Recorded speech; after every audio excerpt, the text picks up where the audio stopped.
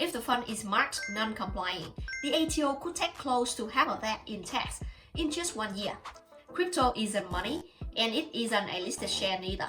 So that means no gifting or contributing your personal Bitcoin into the self-managed super fund. If you use your self-managed super fund like a credit card, you already gone too far. Hello and welcome back. Today we are diving into one of the hottest and riskiest topic: having cryptocurrency inside your self-managed super fund.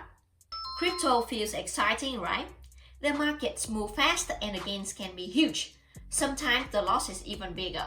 But when it comes to your retirement savings, the rules are strict. Break them and the penalties can undo years of effort. So in this video, I will walk you through 6 mistakes people make when holding crypto inside their self-managed super fund. These mistakes can turn a super fund into a super mess. Think of your self-managed super fund as your retirement treasure chest. The government gives you generous tax concessions to fill it, but only as long as you play by the rules. Slip up and your fund can be labeled non-compliant. From that point on, all future income is taxed at 45%, and in the first year, the fund becomes non-compliant. The ATO will throw in an extra tax charge that's based on the market value of all the assets inside your fund. So in plain English, you could lose a large chunk of your nest egg overnight. It isn't just paperwork, it's about protecting your future self from a very expensive mistake. Imagine you've carefully investing for 20 years, building your self-managed super fund up to $2 million.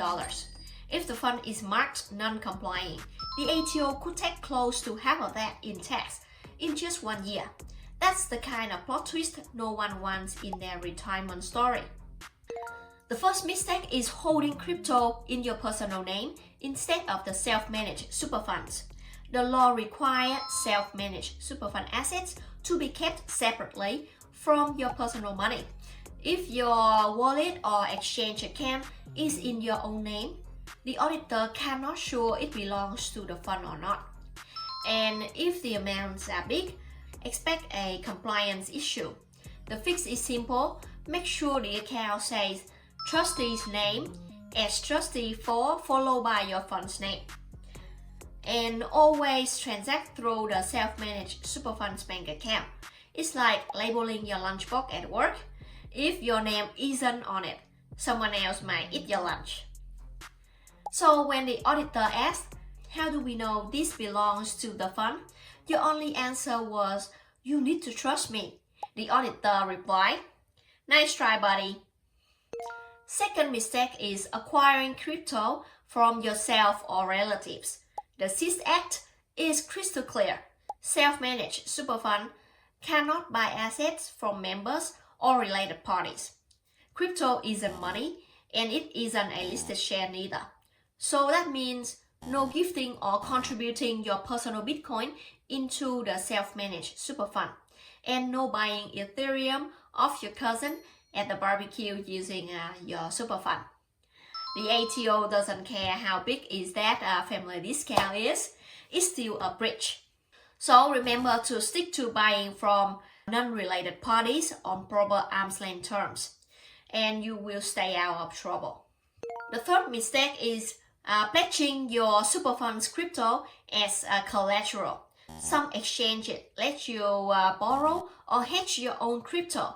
And while that might sound clever, the super fund rules say otherwise. The trustee cannot give a charge over fund assets. That is in the regulation. And on top of that, borrowing is generally banned unless it's through a limited recourse borrowing arrangement. Spoiler alert, crypto margin loans don't qualify. So the safe approach, keep your self-managed super fund crypto unchained. No pledges, no loan, and no trust this time. The fourth mistake is treating your self-managed super fund like a personal bank. Your self-managed super fund cannot borrow money except very narrow rules, and it absolutely cannot lend money or provide financial help to you or your relatives. That's Section 65 under the Act. So no lending self-managed super fund crypto to yourself just until the payday, and no handing it to Uncle Bob for his latest business idea. The fund is there just to secure your retirement, not to fund the family. The auditor often say, if you use your self-managed super fund like a credit card, you already gone too far. Whether it's cash or crypto, the rule is the same. Fifth mistake is paying pensions in crypto. When your fund is in pension phase, those payments must be made in cash. You cannot meet your minimum pension with Bitcoin. If you want to transfer crypto out, you can, but only as an in-specie lump sum after commuting part of the pension. The paperwork and the sequence matter. Think of it like paying rent. Your landlord doesn't want exposure to digital assets. They want actual cash. So the same deal with pension. Picture trying to explain to the Centrelink that you're paying yourself in Dogecoin. The look on their face may be priceless, but the fund compliance, not so funny. The final mistake is failing to get valuations right. Every self-managed super fund must value asset at market value at 30 June each year. For the mainstream crypto is easy. We can use reputable exchange prices. But for NFTs, it's not so easy. They are volatile, illiquid, and hard to value. But the law doesn't give you a pass. You need objective, supportable evidence like comparable sales or an independent appraisal. If you can back it up, your auditor may qualify the report, and that can lead to compliance problems. Imagine an NFT that sold for 50,000 in February, then struggle to find a buyer for 2,000 in June. Which value do you record? The answer is the June 30th fair market value. But you would better have proof to back it up. Let's recap.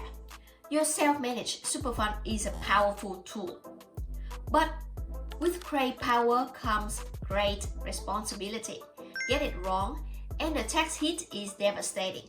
Get it right, and you protect your future.